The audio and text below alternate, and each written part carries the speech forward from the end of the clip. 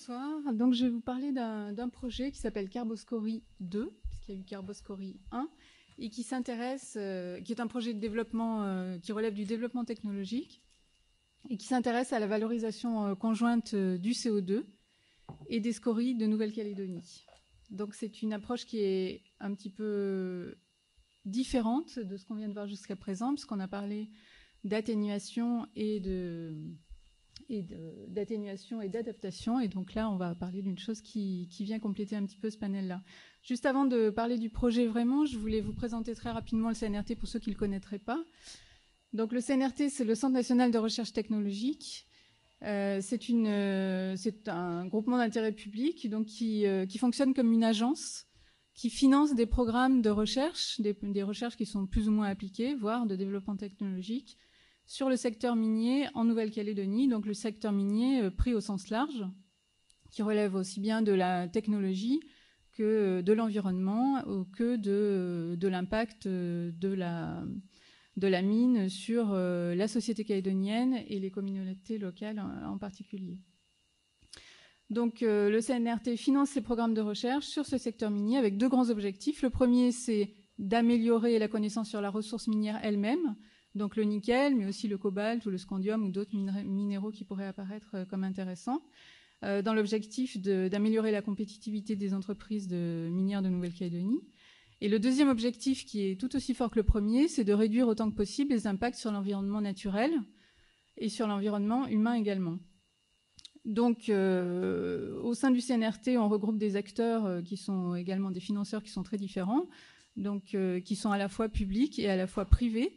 Donc en termes d'acteurs publics, il y a l'État et les collectivités de Nouvelle-Calédonie, donc le gouvernement et les 3 provinces, y compris la province des îles, qui financent qui financent les 2 tiers en fait de notre budget. Et puis les acteurs privés, ce sont toutes les compagnies minières de Nouvelle-Calédonie et les 3 métallurgistes, donc la SLN, Eramet SLN, KNS et donc Vallée Nouvelle-Calédonie.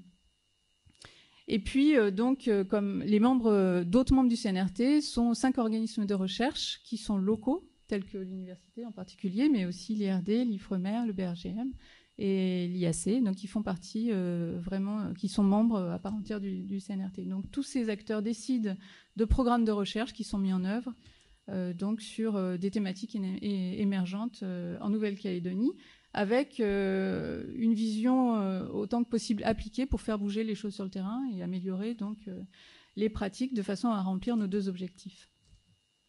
Voilà, je ne veux pas m'étendre davantage. On va repasser au programme Carboscory. Donc, en fait, le programme l'histoire de la carbonatation, de la minéralisation du CO2, de la minéralisation des scories par le CO2 a commencé entre les années 2010 et 2012, donc par un premier projet qui avait été financé par l'ANR et qui s'était intéressé à voir la faisabilité de la carbonatation de différents produits à base de silicate et de magnésium. Et parmi ces produits, il y avait un échantillon de scories de la SLN. Et puis, donc, la faisabilité était positive. Et donc, dans la foulée, le CNRT s'est intéressé à ce procédé, donc, et a décidé de continuer le développement technologique de ce procédé, mais en se focalisant sur les scories, nos scories, donc calédoniennes, de la SLN et de KNS.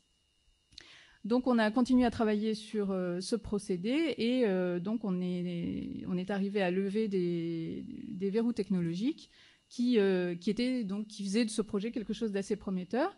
Et depuis l'année dernière, donc, on a réussi à continuer ce projet. Donc, c'est Carboscory 2 maintenant, qui est financé par l'Agence calédonienne de l'énergie et par l'ADEME. Et donc, qui est à peu près moitié-moitié, avec un cofinancement des organismes de recherche.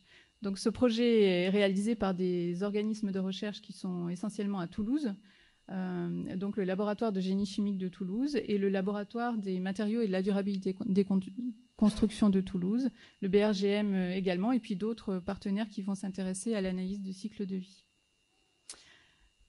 Voilà. Donc en fait, à quoi sert ce projet et qu'est-ce qu'il vise ? Donc on va partir du contexte de la Nouvelle-Calédonie. On le sait tous, la Nouvelle-Calédonie est un fort émetteur de CO2, de gaz à effet de serre en général, Pourquoi? Parce que c'est un pays minier et métallurgique. Donc, on a 3 usines métallurgiques en particulier qui émettent beaucoup de CO2 dans l'atmosphère. Et puis, on a une façon de produire l'énergie qui n'est pas très, très verte, et puisque 87% de l'énergie produite en Nouvelle-Calédonie est d'origine thermique, donc par des centrales thermiques qui sont soit à charbon, soit au fioul lourd, soit au diesel, soit au kérosène. Donc tout ça produit beaucoup de CO2 dans l'atmosphère, et comme on n'est pas nombreux en Nouvelle-Calédonie, ça fait beaucoup de CO2 par habitant. Donc ça, c'est un premier constat et un premier problème environnemental à résoudre. Le deuxième constat, c'est qu'effectivement, on a 3 usines métallurgistes, dont 2 qui sont des usines de pyrométallurgie, donc qui produisent des scories en grand nombre, environ 3 millions de tonnes de scories par an produites par les 2 usines, dont une des 2 n'a pas terminé sa progression, donc dans l'avenir, il y en aura encore plus. Et ces scories n'ont pour l'instant pas beaucoup de voies de valorisation, et donc s'amoncellent derrière les usines, on le sait tous, à Nouméa, on peut le voir tous les jours. Voilà. Donc, on a vu tout à l'heure, bien sûr, qu'il y avait urgence à réduire les émissions de gaz à effet de serre. On voit aussi qu'on a du mal à le faire et qu'il faut peut-être trouver des voies complémentaires. Et une des réponses technologiques complémentaires, peut-être finalement, donc bien sûr en gardant comme priorité de réduire les émissions, mais on peut également changer un petit peu de paradigme et de considérer le CO2 comme une matière première qu'on pourrait valoriser, donc utiliser, et donc ce qui contribuerait à réduire la quantité de CO2 dans l'atmosphère. Donc c'est un petit peu sur ce plan-là que se pose notre projet Carboscorie. Et donc l'idée, c'est de capter les CO2 qui sont émis et puis de les détruire, de détruire le CO2 et si possible en le valorisant. Il y a 2 façons donc de détruire ce CO2 une fois capté. C'est une façon qui est in situ, c'est-à-dire qu'on capte le CO2 à la sortie des usines, donc qui émettent des fumées pleines de CO2. Donc ici, c'est nos usines thermiques et nos usines métallurgiques, mais il y a d'autres cas dans le monde. Donc l'idée, c'est de capter les fumées à la sortie des usines et donc de les injecter en profondeur dans des massifs, donc avec une géologie qui se prête à la minéralisation. Et en particulier, les massifs de péridotite s'y prêtent très bien. Donc le CO2, une fois capté, est enfoui en profondeur et donc il se produit donc dans les conditions de profondeur une réaction de minéralisation qui est une carbonatation. Voilà, et donc on se retrouve avec des carbonates, mais souvent des carbonates de magnésium, mais ça peut être d'autres carbonates. Donc ça, c'est la voie in situ. Et puis il y a une autre voie qui est la voie ex situ, et qu'on a choisi plutôt nous avec notre projet Carboscorie, c'est-à-dire qu'on capte les fumées à la sortie des usines, et puis on trouve un matériau sur lequel on va pouvoir travailler pour produire cette réaction de carbonatation. Donc, en particulier, les silicates magnésiens se prêtent bien à cette carbonatation. Et donc, dans certaines conditions de température, de pression, donc dans un réacteur, en fait, on peut faire cette réaction de carbonatation. Donc, c'est ce qu'on utilise ici dans notre procédé Carboscorie. Donc, l'idée, c'est de construire ce réacteur qui est comme une espèce de grosse cocotte minute, donc avec une température de 180 degrés, une pression forte qui serait aux alentours de 20 bars, dans un milieu aqueux. Donc on met d'un côté les fumées qu'on a captées, de l'autre côté les scories, et puis donc sous 24 ou 24 heures, c'est les essais qu'on a fait, on détruit en partie les scories et le CO2, et on obtient des matériaux nouveaux qui sont des carbonates de magnésium et de la silice pure.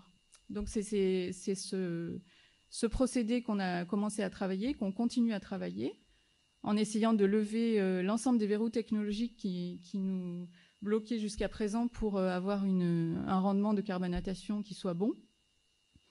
Donc là, je vous ai remis le petit schéma donc en milieu aqueux avec les particules, donc qui sont des scories, le CO2 qui arrive, et puis donc une petite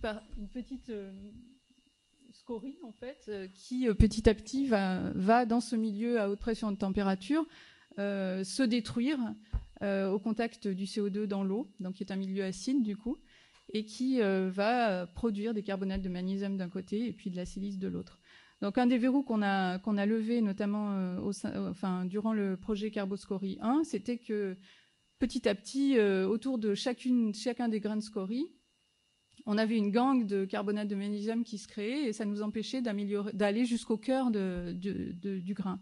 Et donc finalement, on a mis au point un système d'attrition lixiviante, c'est-à-dire que c'est un broyeur qui est agité en permanence avec des billes et qui permet d'abraser chacune des particules en permanence et donc d'aller vers un rendement de carbonatation qui est jusqu'à présent, mais on espère l'améliorer, de 80%.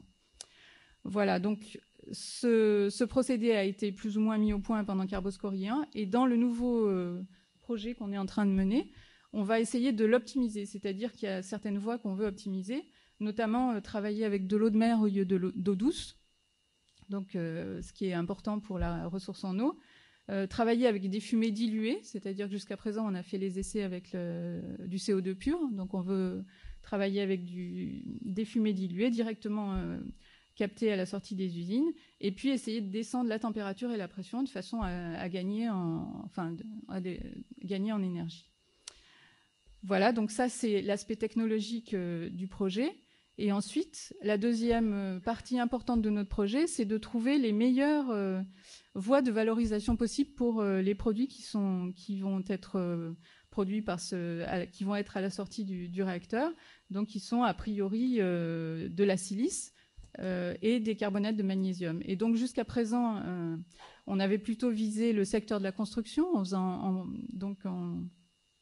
en pensant, en espérant, et on va vérifier que ces produits peuvent être insérés donc comme additifs à des liants classiques ou utilisés comme liants hydrauliques dans les ciments et les bétons.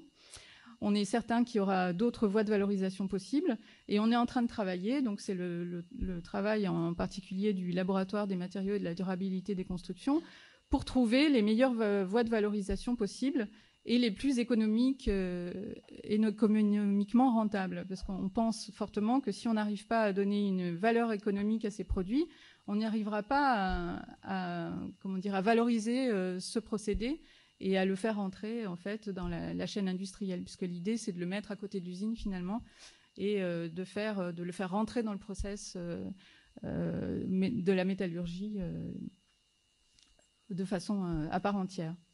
Voilà, donc ça c'est notre deuxième